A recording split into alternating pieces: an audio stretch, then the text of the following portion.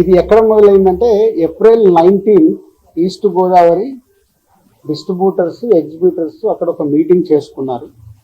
అప్పుడు ఆ మీటింగ్లో ఎగ్జిబ్యూటర్స్ కోరుకోవడం జరిగింది, వాళ్ళకున్న ప్రాబ్లం చెప్తూ. సో ఇట్లా థియేటర్లు వర్కౌట్ అవ్వట్లేదు కాబట్టి మాకు పర్సంటేజ్ విధానం ఉంటే బాగుంటుంది అని. సో పోతే అందరికీ ఎన్నిసార్లు ఉన్నా నేను ఒకటే చెప్పేది, ఈరోజు ప్రతి సినిమా సంవత్సరంలో 150 సినిమాలు రిలీజ్ అవుతే 90 సినిమాలు అందరూ పర్సంటేజ్ విధానంలోనే ఆడుతున్నారు.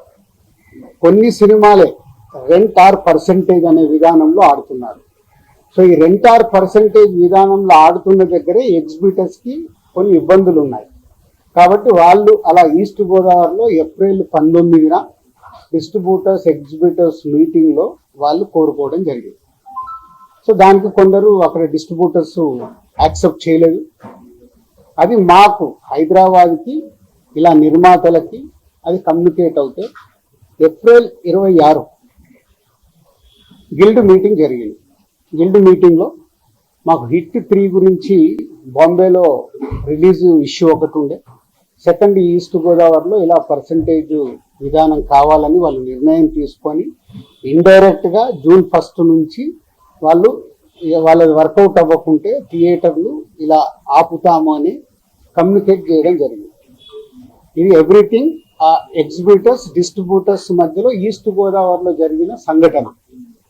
అది మా గిల్డ్కి వచ్చినప్పుడు గిల్డ్లో మేము ఉన్న వర్కింగ్ కమిటీలో ఉన్న ప్రొడ్యూసర్స్ అందరం ఏమనుకున్నామంటే వాళ్ళకి ఎందుకు వర్కౌట్ అవ్వట్లేదు, వాళ్ళని ఒక 6 months వాళ్ళకు వస్తున్న రెవెన్యూలు ఏంటి, వాళ్ళకు వస్తున్న ఖర్చులు ఏంటి, ఎందుకు వర్కౌట్ అవ్వట్లేదు, వాళ్ళని స్టేట్మెంట్స్ తీసుకొని రమ్మందాము.